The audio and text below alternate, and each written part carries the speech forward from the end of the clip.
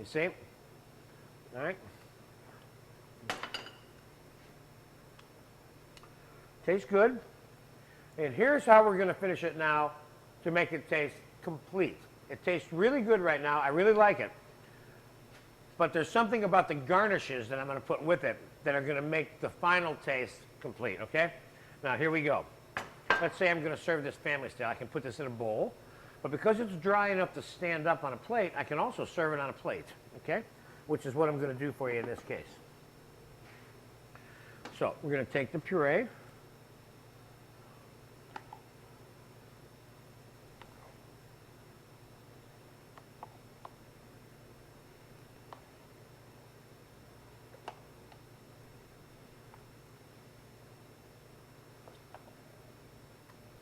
Obviously, take as much or as little as the puree as you want.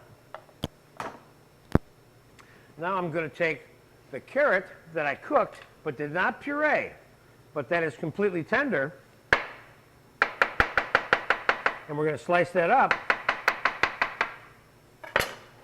But it's tender enough to eat like the puree, and we're going to use this as part of the garnish, okay?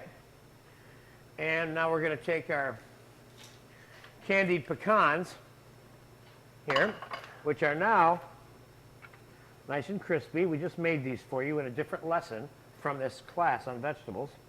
And now you can, I have half pecans here. I made some walnuts too when you weren't around because we want to eat those after the lesson ourselves. But you can serve the pecans whole and putting them in the puree, and you could place them into the puree if you wanted to in different locations. Now that's one way of putting the pecans on there. Another way, let me clean up my mess here for a second. Another way of putting the pecans on the plate, all of these ways are simple, but you know what? These little teeny weeny little touches take the carrot puree from this blah sounding food item to something that's really pretty and people kind of want to eat. So another way to do that is to take your pecans and crush them up a little bit. So one doesn't have to take a whole big piece of pecan with one individual bite of some carrot. You can take your pecans and put them on top like that. And then maybe we can stick a couple of whole ones in there for fun now, see? All right. Now, we're going to take, now this is an option now. I'm going to take a little bit of melted butter, a little bit, not much, put it over the top. That's an option for you. If you're not driven to consuming as much fat as maybe some of us or me might be, then you might want to just bypass that part. Then I'm going to take a little bit of this pure maple syrup, drizzle that on top also, see? Now these other flavors that I'm adding are the other finishing part of the eating because you're going to be marrying this stuff with this. So although I tasted that and I liked it, I know that it's going to be served with this other stuff and that will make it kind of complete. And then we're going to hit it with a little bit of chopped parsley, okay, like that. So there you have plain old carrot puree. Now I'm going to show you with what I have left in this bowl, and I'll take some more of this out of here because I don't need all of this,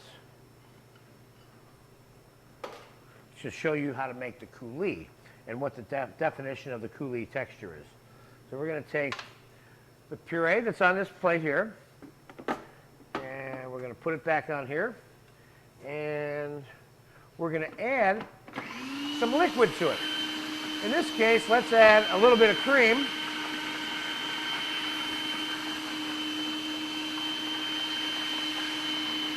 And we'll add a little bit, maybe melted butter to this. And let's add like a little cap full of water to it. Whoop! Whoa, whoa, whoa, whoa. I lost the cap inside the puree now. Now any other cook, unless there's been some damage to the cap, would stop this right here and redo it. But that's not what's going to happen.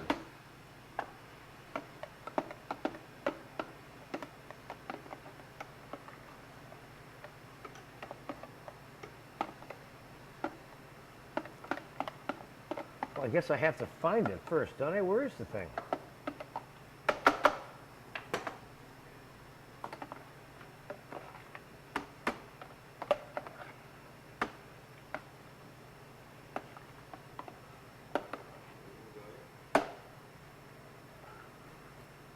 Cut.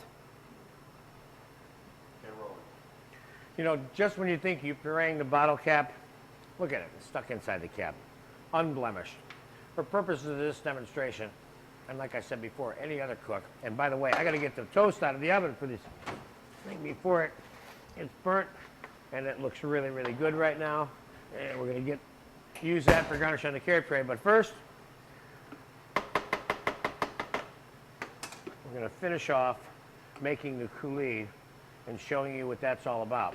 Now, don't think for 1 minute that I couldn't take some of those pecans and put them right inside the puree and puree them right in there. And you get the pecan candy flavor inside there with the carrot puree.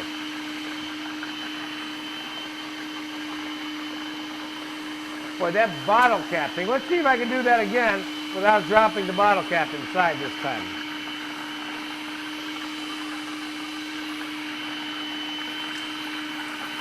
Now I'm going to add a little more cream. And here you have it. This, I need a 2-ounce ladle, please, Louis. I'm going to show you the definition of the texture and the word coulis real quick. And it's not that significant, but who knows? There may come a time where you may want to serve a coulis with something. Thank you, Louis. And there you have that, you see? Sometimes you might want to make a coulis of tomato and put a piece of steamed, poached, or braised fish fillet on top of it as a healthy way of making it, or serving it without a sauce and using the coulis as a sauce. So there's all kinds of coulis that you can make, like coulis of mushroom and coulis of tomato. I use tomato and raspberry as the two most common, which they are. But there's many, many, many, including carrot puree. Jeff, would you mind pouring that again so you can see the texture? The texture, sure. Now, if you go to any of the spas around the world, one of the things you'll see is a lot of coulis that they're using in the place of sauce. So this is a very healthy way of making a sauce, if you will. So there you go. There you go. There's the texture of a coulis, and that's all there is to know about that. Now, the toast, which is still a little hot. Let me get this pan out of the way here. The toast, which sounds so very mundane, is one of the neater things in terms of garnishing for regular savory dinner food. So I'm going to cut the crusts off.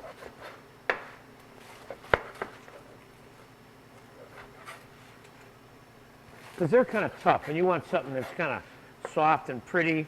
Looks good with this. Now, we can go like this. Make triangles that size, which are way too big for this. We happen to have smaller bread than it, and then we can cut it again. Now we can take